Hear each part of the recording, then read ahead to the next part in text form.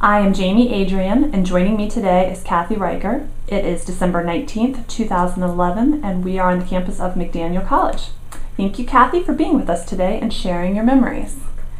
I'd like to start with some background information. Can you tell me where and when you were born? March 6, 1934, on what they call Big Zeus Road. Here in Carroll County. In Carroll County? Mm-hmm. Great. And where did you grow up? About 5 miles from there, out on, then it was 140, but now it's 97, across from the little old schoolhouse that's there on the corner of Stone Road. I lived there until, I guess I was 37 years old or something. Went to Carroll schools in Charles Carroll for 9 years, and then transferred to Westminster. Finished my schooling there, and then went to Carroll Community College. I was one of the very first ones that fought to get to college in the area here, because I wanted to go to college, but I couldn't afford to go out of the area. So I went to all of the meetings they had and talked to various people about getting the college here for us. And I'm very happy that we got it there. Great. Can you tell me who your parents are and if you had any siblings? My father was, they called him Ralph Leese, L-A-E-S-E. And my mother was Frida Reese, which is R-E-E-S-E, then married him. And that would have been December the 4th, 1933. And do you have any siblings? I have a sister and a brother. Wonderful.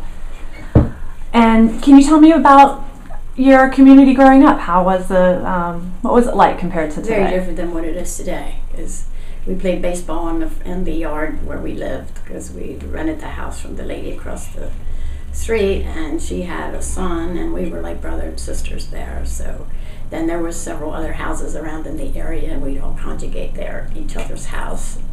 Decided maybe instead of playing baseball that day, we were going to take a walk. Well, Stone Road was not there as the paved road, so we'd walk around there and come out into Union Mills at the Meadowview swimming pool there, which is not existing now either, and different things like that. We just sort of entertained ourselves because there was nothing else to do. The closest little store was close to 3/4 of a mile from where I lived. And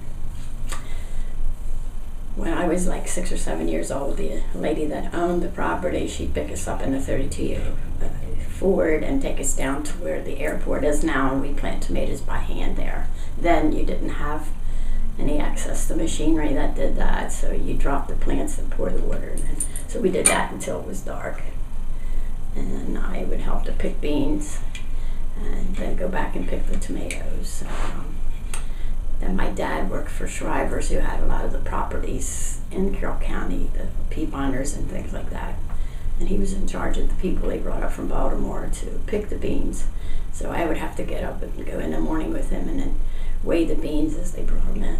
And many times I had to dump them out because they put big stones in there to get the weight heavier, and I had to figure out how much I had to pay them, because it was usually the colored people that would come up with that, and they'd only last maybe a day, so they'd want their money that evening before we went out of the field.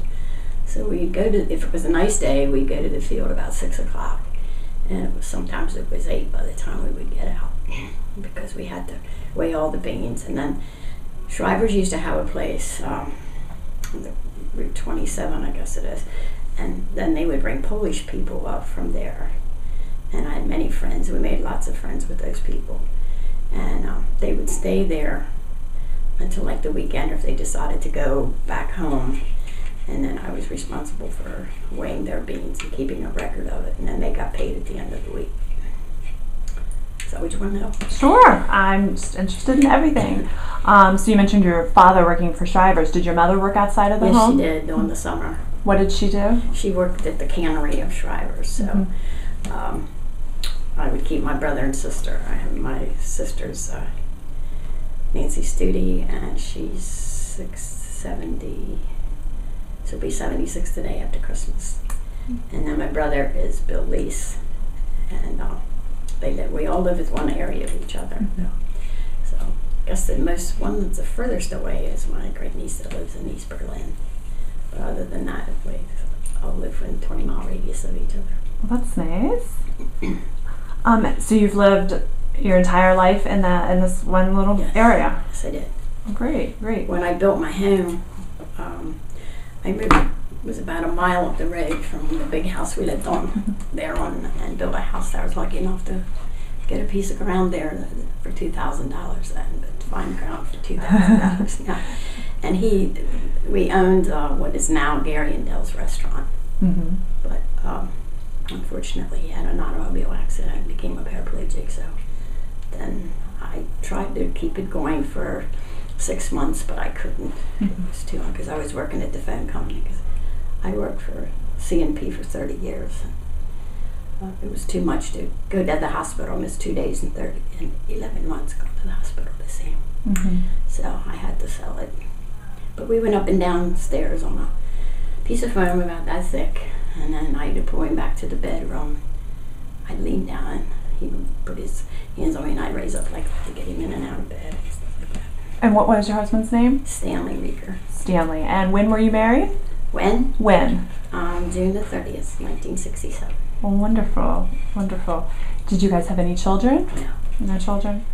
Okay. Well, it sounds like you have lots of family there to take care of and to spend time with.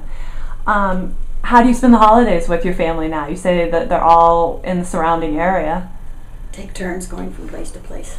So this week, at the end of this Christmas, I will go with my niece in East Berlin, because she's the one who has two little girls, 6 and 2, and they call me Kaka, so she's asked me to come to there for Christmas. So I'll leave her house approximately 3 o'clock, and then I'll come down to my nephew's who's having dinner. Oh, nice. Sounds wonderful.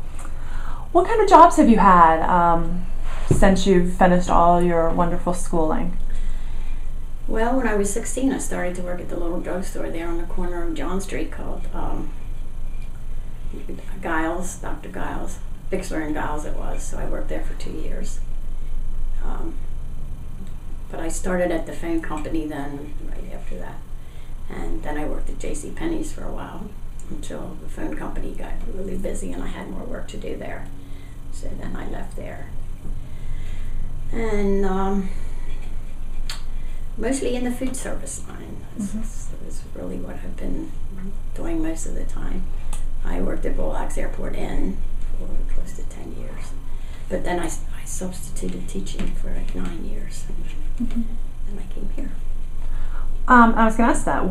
Do you remember when you came and started working at McDaniel? March the 26th, 2000. Wonderful. Okay. And have you, what positions have you held here, or has it been the one position? Well, like I said, it's mostly been in I've been in the pub off and on. I helped with catering and wherever they need me. Different things like that.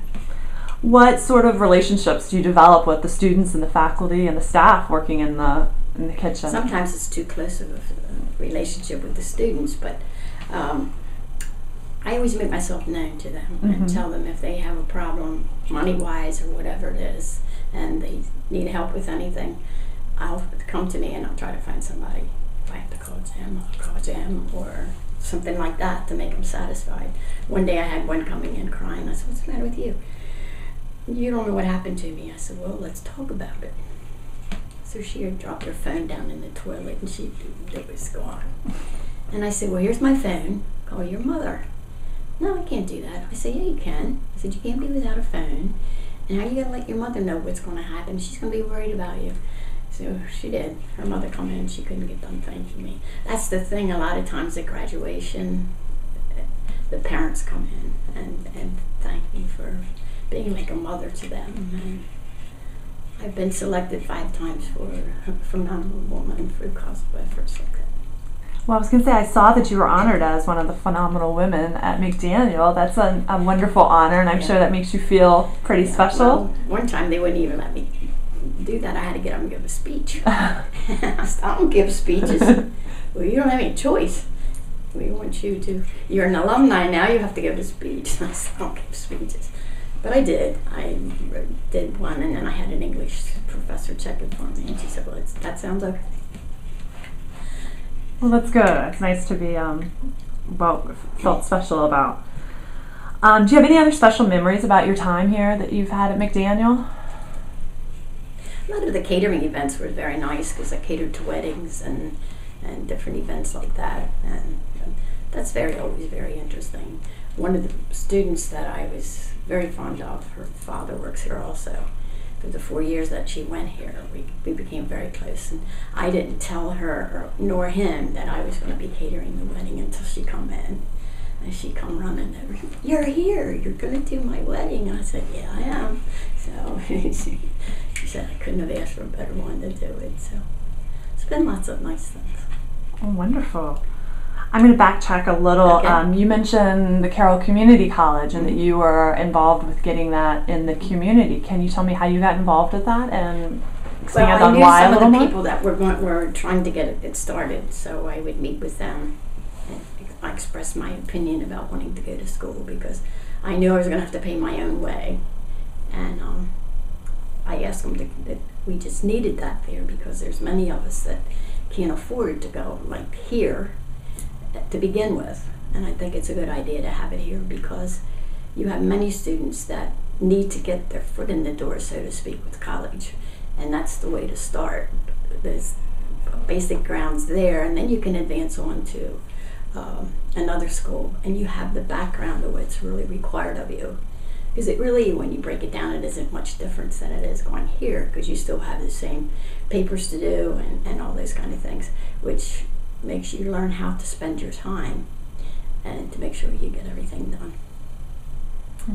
So I made the dean's list at the college. And how many years did you attend school there? Well, unfortunately, it took me like 8 years to do that. I started in 1976 and I graduated in 1984. But I also worked for the telephone company. And what did you get your degree in? I have an AA with additional for early childhood education. Okay, good. And you said you had substituted teaching. Did you ever pursue teaching full time? Not really. I would like to, what I really wanted to do was to, since my husband was a paraplegic and he had the illy loop and the colostomy, that was the field I was striking for. In fact, I was supposed to go to Harrisburg to school up there. I had like 6 or 7 patients in the area that they would call me if they had trouble with their illy loops and then the bags not staying on and that type of thing. Where the catheters came out, we had to get help with that. So that was where I was headed. But then he got very sick and I wasn't able to go any further with it. In fact, he died at the end of July, and I was supposed to start my clinical work at St. Agnes, but I wasn't able to start there. So then my plans to go to Harrisburg fell through. Because I had a small tax business then. We used to do about 1,000 tax returns a year. So of course, and that felt that I couldn't go into school. Do you think you could talk with me a little bit about your battle with breast cancer? And tell me, when were you diagnosed? 3 years ago. Mm-hmm. I had mammograms ever since I was 40. No problems, nothing or anything. And I went in April, I think it was, of 2008. And everything was cleared. She said, "Well, you'll have to come back the second time first to let me review it." And I said, "Okay." So I did, and then I got a phone call. And she said, "I need you to come in. I need to talk to you." And of course, she didn't want to talk about it on the phone. So I went in, and she said, "Unfortunately, we have found something. We need to make an appointment and have the biopsies done." So that was May. That was May then, and then we set that up for June the 2nd, and then I had the surgery on July 2nd, 2008. Where did you seek treatment? Here in Carroll County. In Carroll County, you were able to stay local? Yes. Oh, that's good. And what sort of support did you find from your family, your community, even here at McDaniel? Well, the support I got from this area here is 90% of the support that I got. And I tell everybody that. I asked not to be sent flowers because when I had the biopsy done, I got so many flowers I didn't know where to go with them. And I figured if I was going to have the surgery, it would even be worse. So I said, do whatever you want to do, but please don't send flowers, because it's such a waste. They last 7 days and then they're gone. So they took a collection here. And I was going to send it in to research. But the more I thought about it, that's not what I really want to do. I want to keep it local. So I donated it to the Dove House for them for transportation for other victims that needed, or persons that needed to get for treatments and things. So that's basically where the money went. That's wonderful. That's wonderful. And so you've been cancer-free now for 3 years. Yes. This is a wonderful milestone. It's not easy. It's not as easy as what people think, but there again, you have to keep talking to yourself. And like I said, people here, they know, and they give me a lot of support. I have one niece that was very good. She stayed with me and supported me greatly with that. So, unfortunately, we're not a very close wrapped family. I mean, people think that maybe we are, but we really aren't. Well, sometimes you get family outside of your immediate family, and it sounds like you have a lot of that. I have a lot of family right here. That's right wonderful. there. He brought me so much orange juice when I was home. He was always stopping by, wanting to know what I needed and all that. So. Oh, that's great.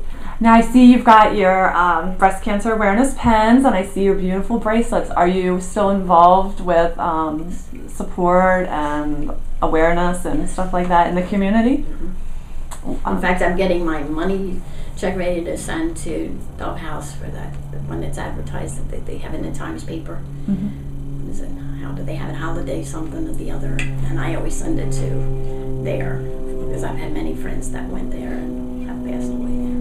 Mm-hmm. So I send my money there. I go to the spring flings that they have, which are very nice.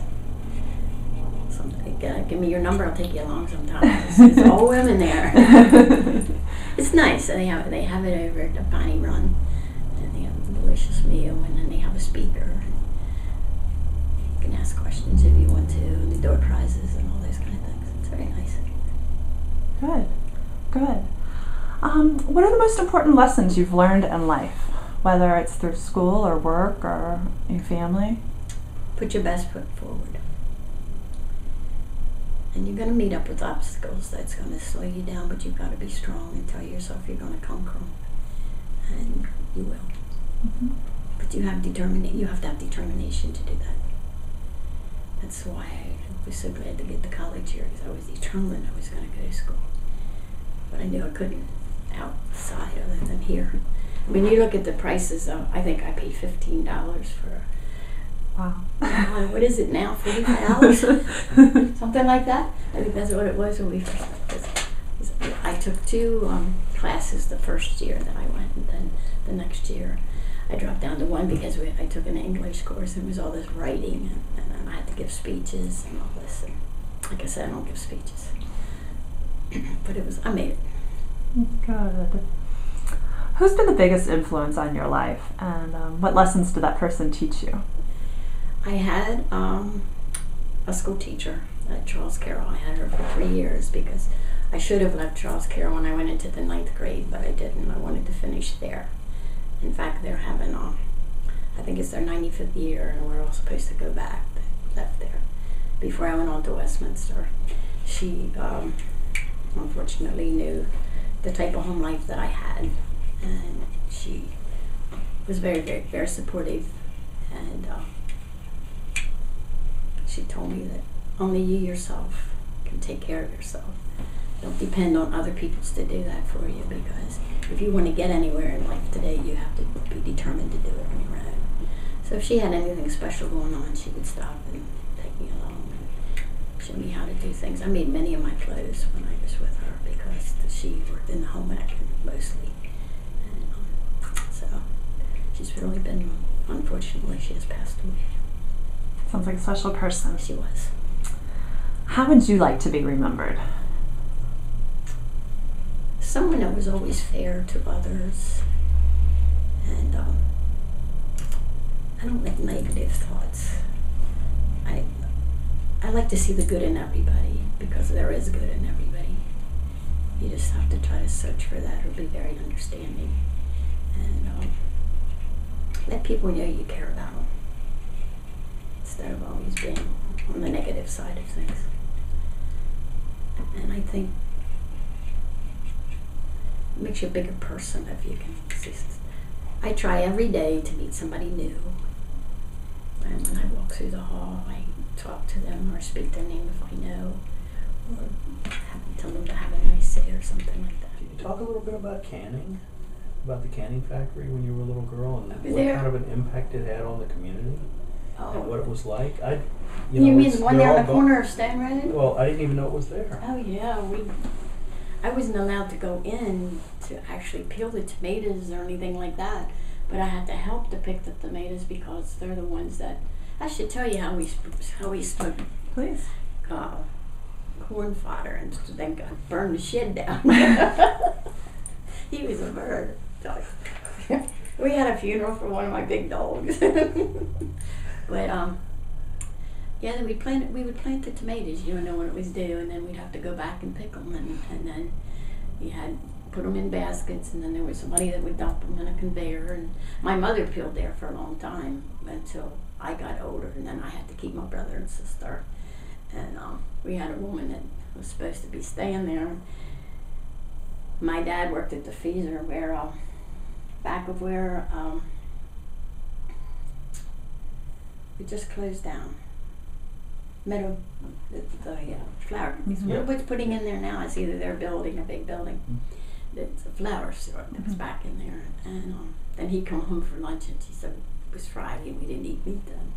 She says, "What am I going to make today?" And I said, "Well, today's Friday. We have to have vegetables or tomato soup or something like that, potato soup." "Well, how do I do it?" I said, "Okay, you got to peel the potatoes, cook them, and here she dumps a quart of cold milk in it, sets it down in front of him." Wow. I think he rose up out of the chair and sat back down, and out the door he went. "Well, what at lunch?" And I said, "What was I supposed to do?" But then it started to be that I got to the point where I had to can the peas and everything. It took me like then you cooked them 3 hours on a coal stove. Mm-hmm. And it blew up, singeing my eyebrows. My grandfather said, "That's enough of that." So then he got me a gas stove to do the canning and everything like that. So like I said, it's not always been easy. You learn a lot when you have to fend for yourself. But there, you know, then they canned them right there. And then the little brick building was there. Mm-hmm. After they got them canned, then they would store them over there till they used to do hominy and everything over there too. Yeah. But she has since passed away, and well, so I'll be 78. I guess Carroll's getting close to being about 80 or 81, but then he has that big farm down there. We often wonder my sister and I went by yesterday, and we were just wondering what was going to happen to all that, because they don't have any children. And acres upon acres. Mm-hmm. We had a lot of fun. She had, his mother would drive this 40-year Ford, and one day her cousin lived right above where we did, and he was walking, and she stopped and she said, "Percy, do you want to ride?" "No, I'm in a hurry, I gotta walk." And her son, he was a bird. He'd put his foot over the accelerator to make her go faster. It was a lot of fun being a teenager in that area because we lived there, and he was across the street, and then across on the other side of Stone Road there was 4 of them that lived there, and down below us there were more there. And then Donnie Little and all them lived across down there from John Owens Road, and that up where the golf course is now. They used to have a cannery there too. Really? So we weren't at that when we were down there picking tomatoes and beans for them and all of that. So we had to fend pretty much for ourselves. But it was an interesting thing to see how it was actually done. Unless you actually see it, you can't believe that's how it is. And he was very picky about the tomatoes that he used. Didn't want anything with any blemishes or anything, which you have to be, because if any of the bad things got in there, it would spoil the whole can or whatever it was then. So it was very interesting. It was neat growing up. Like I said, there were bad days, but there was always good days. Well, you must have liked it enough to stay, so the area. But yeah. You stayed here your entire life. So I had 7 operations in 4 years, so that part of the medical part, that was about the only type of surgery I had until I had the cancer surgery. So, does that answer your question? Anything else you want to know? Did you live on a farm? No.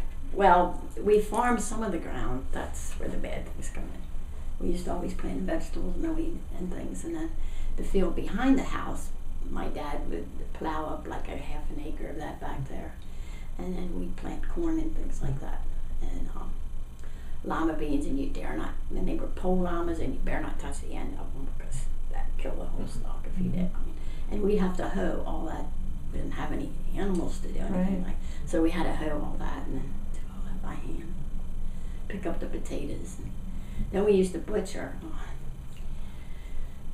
Did as high as 26 hogs one time. Wow, that must be an experience. It was. I mean, it was 2 days work there because we'd do it for a lot of other people, and then they bring the animals there, and then they'd scrape the hogs and do all that there. And I can remember 2 years in a row, I guess, we set the tables for 50 people. We had to take turns. I never got so tired of baking pies, but that's the way it did. My dad went around and butchered for other people from about October to March, I guess. That's how he made his living there. And all my uncles and all that, they liked the butchering then too. You don't see a lot of that anymore. It's How did they keep the meat? Because You had a smokehouse. Yeah, okay.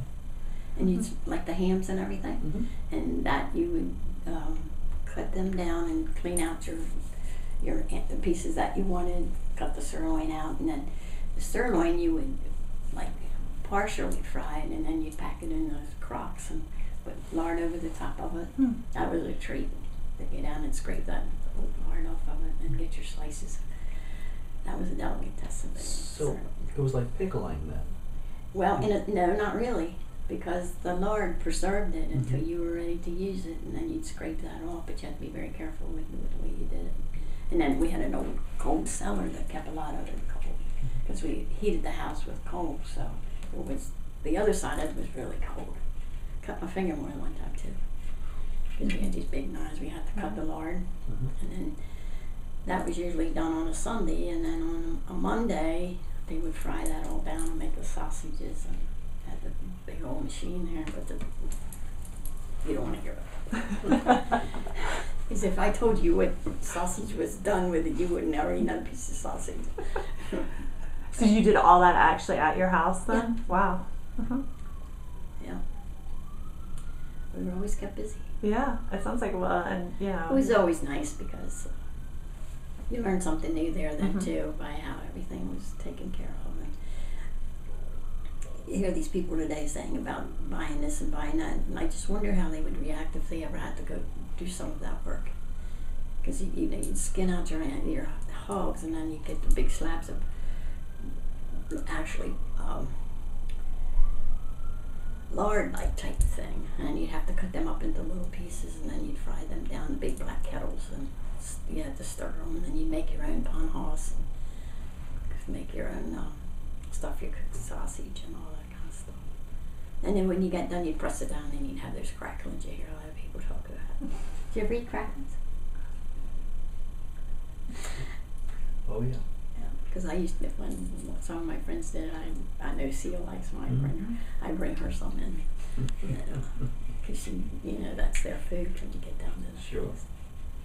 That's poor people's food. Yeah. Comfort food. comfort food, yeah. Comfort food. Yeah, that's yeah. I don't know. I don't think you would like it though. Are you from the city? In between. But Oh, it's people today. If they had to do this, I just wonder what their reaction. I can see a lot of these kids now run into the corner somewhere, so they never make it. There'd be a lot more vegetarians. Probably if you had to do it Yeah, it would yourself. be. Yeah, it really would be. Yeah, when you started, you were saying that you lived up where that little schoolhouse is, right on Across the Stone road. Yeah. When you were a little girl, was that a schoolhouse? Many years before I. Before you were a little girl. Yeah. Okay. I forget exactly. See, the lady that owned that, she was a teacher, so she taught there. Yeah, because back around 1910 or something like that, I think she had that. Mhm. Yeah, she had a little old shack there, and I can remember. We plant seeds to make brooms out of, and that's where he lit up one day and threw it in the shed. We had funerals. I had a pet dog, and whenever they made me, I had to go out and crawl in the dog box with her. Because she was about 18 years old when she died. He dressed up to look like a preacher. We had her all fixed up in a wig and all wrapped up in flowers. Yeah, it was good days. And bad days. But you kind of put the bad days in the background. Exactly. Nobody can do anything about them. So it's a good idea to share the good things. Mm-hmm. Sounds like you have a good philosophy to live by. Yeah. Yeah. He said, hey, there the mother came running out. What happened now? I don't know. You didn't do nothing.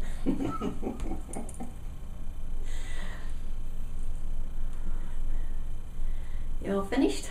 Well, I guess so, unless there's anything else you have to add. Can't think of anything. Oh, I want to thank you so much, Kathy, for sharing your memories of Carroll County and the surrounding areas with us today. Appreciate it. Mm-hmm.